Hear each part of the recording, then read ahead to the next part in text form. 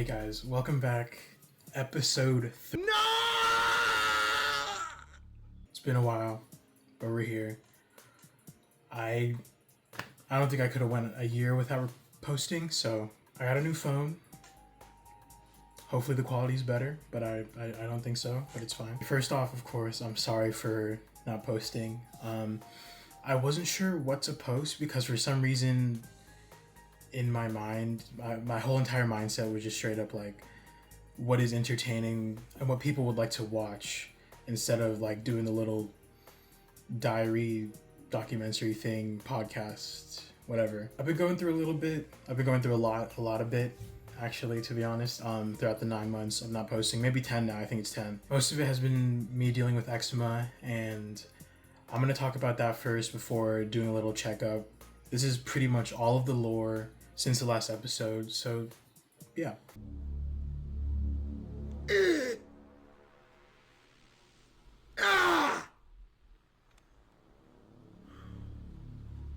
Had to dig my way out of that one. Why don't we get a little bit more festive? Let's get into the Halloween spirit, as they say. How do I look? Is it good? This is really uncomfortable. It's honestly choking me out. But I gotta do it, you know? Originally, episode 3 was gonna be just me talking about eczema, or my problem with eczema the whole time, because it was such an insane problem, honestly. Like, maybe an episode would have came out 4 or 5 months ago, and it was gonna be just me talking about how eczema affected me. Like, my whole entire body was like dry and like cracked. There was like, I couldn't move without feeling like any type of pain. And I was gonna explain the worst spots that I had, and that was honestly, it's kind of weird, right? So I was making a whole draft for episode 3, and I guess I was really in the moment because it was probably one of the. I already said it. It's the worst thing in my life. It was actually the worst experience ever in my life. But I ended up changing my mind. I was not in the right mindset at all, because I just hated everything. I did not like being awake to have that feeling, like, at all. Pretty much I had no energy or anything just to post or record. I don't think I could have like had myself just like looking like how I did as an episode. So anyways, I'm pretty sure it was April. That was like the worst. It was the worst month of my life. I just like where joints were, or like here, like just moving my hand like this, or my neck, because it was around my neck, or like on my eyelids. It was like dry and cracked on my eyelids. Every time I blinked, every time I moved my neck, or like bent my legs, moved my body, like whatever, it just hurt a lot. I didn't want to shower, which is weird, right? But that's because there's just so much like open cuts or like scratches that any type of water that touched me, even like no matter the pressure, it would just sting me or hurt me, and it was horrible. There was a time where I just couldn't sit comfortably or lie down like at all. So I would just like go out to the living room and just stand and lean at the dining table, or I would just kneel at my bed, and and then just rest like that, because I couldn't do anything else. And that's how I slept too. I slept kneeling on my bed like that. During that whole time, I didn't tell anyone. I just sat in my room. I just isolated myself the whole time. Every time I walked out, I looked bad. I smelled bad. But I didn't say anything. And eventually I just couldn't stand it anymore, so I ended up telling my dad that I wanted to go to a dermatologist. And over there they told me I was going through TSW, which is topical steroid withdrawal. I also figured it out myself, and it turns out the prescription medicine that I've been using throughout like my whole entire life, it was a cream or ointment that had steroids in it, which just like wherever you put it, it would just like rapidly increase like the healing. So instead of like a week or two of like something healing, it would be like 3 or 4 days instead. During that time I ran out, so I ended up not having any, and that's when it got really bad. And while I was at the doctor's, they told me to try Dupixent, which was this injection. It's this thing right here. I don't know if I should be showing it. I probably can. It's this Modern Warfare 2019 Warzone, Call of Duty Cold War, Black Ops, whatever, stim that you would put like at your arm, your lower stomach, or your thigh, and it would target like cells or something. So basically it would just help me.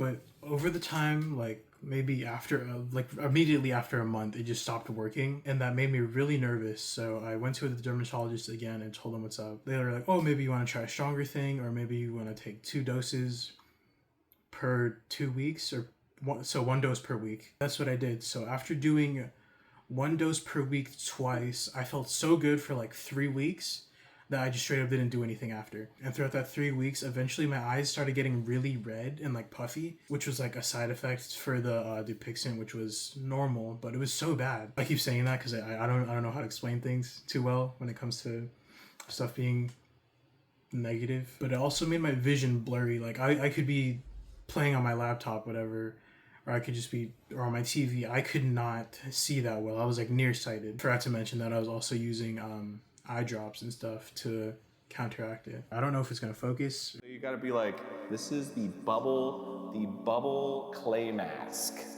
by Beauty K Natural. Anything, I don't know if it matters, but I was using these allergy eye drops that just stopped the redness, so like if I were to go out it would look okay. And then eventually when the redness stopped, I used this. This packaging is so beautiful. Wow, yeah. And I really like how it feels eco-safe, but it's probably not. Which relieved dry eyes, which I was assuming that's what it was, and it did work for a while. And a while I meant like an hour or 2. But besides that, it kind of sucked, and I needed an alternative because if I were to keep using it, it would be still ineffective for my eczema, and it would keep giving me this double pink eye, which is pretty much what it was. So what I use now is Opzelera. So this is it right here. This is Sidara Microneedle Derma Roller. You can Derma see roller? they give you a little preview. Like the little sharp things? If you puncture my skin. Ah! I haven't even opened it yet. I learned it was really good because throughout my Dupixent doses, when I was using that at the time, they gave me samples of Opzelera, and it worked a lot better than the Dupixent. So even though the doctor like prescribed me something else, something stronger, like pills or this like crazy like UV scan that you would have to do, it was like this tanning bed or this room where you would just get UV lighted, but you would have to go there like 2 times a week. It sounded really like annoying or tedious. So ignoring all the recommendations he gave me, I just decided to stick with what I knew, which was the Opzelera. And honestly, I could say that I can live my life pretty normally now, so that's pretty good. There's nothing else too much bothering me besides my future and what I'm gonna do. I'll talk about that in a little bit, but first let's do a little checkup on what I was saying in the first video. The mystery box, it's so...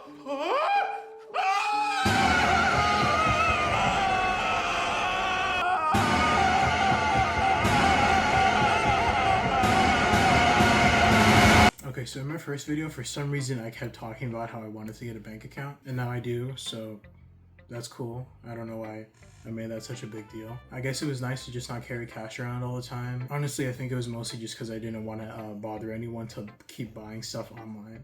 One of the bigger things though, I do have a license now. I am officially licensed to drive, and let's just say the roads are not safe. I scratched a car trying to park once, but let's ignore that, I guess. Knowing that I have the freedom just to go out and like drive anywhere pretty much, it just feels so nice. But I haven't gone on the freeway yet as of recording. I'm being told that I need more practice in general before I like go onto the freeway. And to be honest, I haven't been practicing that much because every time I want to go out to drive, I want to be out there for a reason. Like I want to have a destination or something. I want to go drive to like where my friends are hanging out or something. But besides that, I really love listening to music or like having my own music on the radio or like through the aux. Also, I'm trying my best to find a job. Even notice when I was recording, I got a text message and an email from Target saying that I got the job.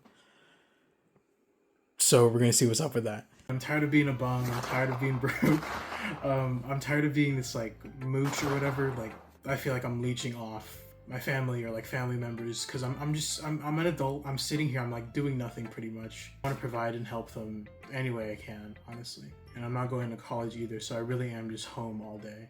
Okay, the next thing I want to talk about is some games that I play. I used to play a lot of Rainbow Six Siege. I'm not the best at it, and since it's been like 2 months of me not playing, like straight up, I'm buns. I'm like really bad at it now. Like it's a game that I feel like it would be nice to be really good at, but I I honestly just don't feel like playing it that much anymore. It's hard for me to get into new stuff, but for some reason, I just can't get away from Persona. Before I get into that, I've played modded Minecraft for a little bit. That was cool.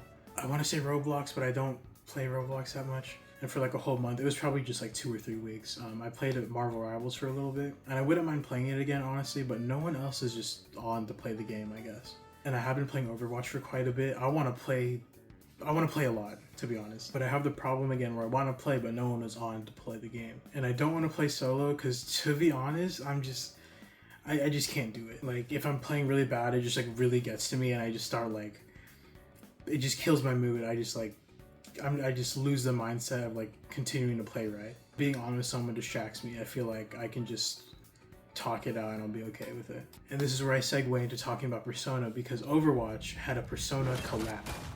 Hello guys, this is me from the future. During editing, I definitely over-talked about Persona, so I'm gonna give a quicker explanation about the games that I played. Okay, so the first game I played was P5X, aka Persona 5 The Phantom X. It's a gacha game, like Genshin Impact. For example, you would like draw for characters or like pull for them and stuff. It's weird, it takes place at the same time, but it's like in a different alternate universe where like if this happened instead, it would be like this set of characters, except they're like completely new. Yeah. The game's alright, the story's okay, it's a little goofy at times, and honestly never grinded a game that much as I have with like Genshin Impact for like a long-term reoccurring game that I'd play like every day. And it just reminds me of my like weird 2 to 3 phase with Genshin Impact. But besides that, there's 3 other games that I played. It's P4G, P4D, P4AU. P4G is Persona 4 Golden, which is the remaster of the first game. It like adds a bunch of more stuff. And honestly, as much as Persona 5 has a special place in my heart since it's like the first game that I played, I feel like it definitely has the best story, especially like with the cast. It's like some of them have like a trope or like a stereotype, but they're all like done so well. My voice cracked. And the game's getting remastered. It's going to be called Persona 4 Revival. And I feel like since P4G is like pretty like dated, especially with its like graphics and stuff, once people play the remaster, they're going to notice like that's probably the best Persona game out there. The next game is P4D, which is Persona 4 Dancing. Spin-off game where it's just a rhythm game pretty much, and all the characters dance, you can customize them and stuff, it's pretty cool. Persona 3 and 5 also have a spin-off dancing game, but I feel like Persona 4 has a lot better one. And I say that because it has an actual campaign, like story, like a full line of the story. And compared to 3 and 5, it's just play the game, complete challenges, and you unlock these little side things where it's just the characters talking. Why not try putting whole lemons inside the rice balls? Lemons? And what's crazy, I think Persona 4 Dancing came out first, so I don't understand why they didn't follow up with like also having a full story for those games. The problem with the dancing games is that they use the songs from the soundtracks, of course, and the songs aren't really something you would dance to. Persona 4 AU, aka Persona 4 Arena Ultimax. It's a fighting game with both Persona 3 and 4 characters together, and it was made by the people who made Guilty Gear. I finished that game in preparation for this video, which means it has a story, and honestly, it wasn't too bad. But the problem is the way they formatted it. For the first part of the story, you can play through all 12 characters of the main cast from Persona 3 and 4. It sounds like a cool concept giving their point of view throughout the whole entire story, but the problem is there's like little to no variation throughout their story, and none of it links up, so it's different every time, and it's pointless. There's like nothing different about it every time you play it. So yeah, you have to play through all 12 character stories to 100% the game if you're a completionist, which is what I do. Oh yeah, they also introduced a new character in part 1, and their whole episode is actually not too bad because it like pretty much gives the whole entire lore of their past. Anyways, it would have been better if they did a whole Persona 4 line and a whole Persona 3 line. I feel like that would have been a better way to tell a story because you can see like from the start how each character from each game like met together. However, in part 2, that's exactly what they did. Sort of. It's the same story again, but it's like differently sided. So the problem is that they had this whole Persona 4 side, which was the canon story, and this Persona 3 one that you would unlock later. The whole Persona 3 story was more like their sided, so the story was mostly altered, so where like they were the main characters. It's debatable, so I guess in a way it does make it better. But besides that, I'd say the whole game is pretty good, but it's just old now, so no one's playing it. The stages are cool, there are so many characters you can play, and there's a pretty good soundtrack as well. Last few things I want to talk about though. The villain for part 2, I feel like in a way they were kinda underdeveloped. Like the character is cool, the lore was good, but it just needed to be expanded more. And the intro song is pretty good too, but the problem is that they use it so often. It reappears every time during certain dialogue. And also I feel like they made this dude look really buff when he's this age. But okay, that's about it. And also I didn't record this in my room because there happens to be a little like bench area like right by my window. And there was a couple there, so I didn't want to talk loudly. I feel like it would have been awkward. So I'm in the living room now, and luckily no one's home, so. I should have brought it up before talking about Persona, but I also wanted to mention the stuff I watch. To be honest, I don't really watch shows or movies at all anymore. As much as I don't want to admit it, I think it's because I'm so brain rotted to like short form content now because of TikTok. And I just can't pay attention or put that much commitment into like a show or movie. I mostly just watch YouTube anyways. One of the people that I watch is Moist Critical, also known as Penguin Zero on YouTube. He has this new gaming channel where he just posts like full playthroughs of games that he plays. And for some reason, I can handle that compared to like shows or movies. One of the things he did is that he played through every single Resident Evil game and I watched all of them. And I think the entire game's plot and storyline is pretty cool. Like the zombies, and then it gets like crazy with like, it's a whole virus and like parasites and stuff. But besides that, I'd say I'm like an average fan of Resident Evil now. And I'm saying that because there's like this joke in the Resident Evil community, even in Persona, where it's like their fans don't play the game at all. I also still watch Queso. I'm a really big fan of him. I've really loved his series with Water Park Simulator, and for some reason I just like watching him play simulator games. And before Google Goon, which is what he called his water park, he did Supermarket Simulator, but that got left in the dust because everyone liked Water Park Simulator more. But I really wish he played other games besides horror games. I've also been slowly getting back into watching Slushy Noobs. I was gonna bring up how they finished their series with Episode, which is like this visual novel phone game similar to like those Love Island games. Since my notes are kind of dated, I ended up watching all of it and it was pretty fun. And also Martin and Mandy got engaged, and I feel like that's a huge thing that I just missed out on watching. And I also just miss watching them because like seeing two friends that are just like, they know what they're doing, they have like their whole life figured out, and they're just having a good time together. It's just so nice. Now let's get to how I'm gonna properly manage this YouTube channel. Good lord, this game is just absolute. Of every horror game I have ever played, none of them have genuinely startled me until now. First of all, for content, I'm still gonna be making these like journal entry type videos, but I'm just gonna post them occasionally. Since I've been watching him a lot, I wanna do like Moist Critical-esque videos, except like instead of covering like main drama that's going on in media, social media, or like stories, I'm just gonna talk about stuff that intrigues me or like what I have a strong opinion on. Now that I think about it, it's pretty much gonna be the same, but it's whatever. And I want to do short videos on stuff that I like. For example, I talked about it already, like the Overwatch Persona collab skins or like my Spotify Wrapped. Stuff like that I feel like that would drag on too much or be too long of a segment. I'd like to make it its own little video. And I want to also make long videos of like almost this length. But I talk about stuff that I'm like super hyper fixated on. Like for example, I can talk about the whole entire like Persona 5 story. Something like that I really wouldn't mind doing because I love it so much. Of course, that stuff wouldn't count as episodes because I want to keep the little journal entry stuff episodic. Besides that is all I have to talk about. I'm sorry it took so long to upload. I know some people actually look forward to this stuff, but now you know why. And I don't want to make promises, but I want to try to make a video at least once a month. But I think that's about it. For my next video, it's either going to be the Overwatch one, something for my birthday, or the Spotify Wrapped one. But that's about it. I'll see you guys.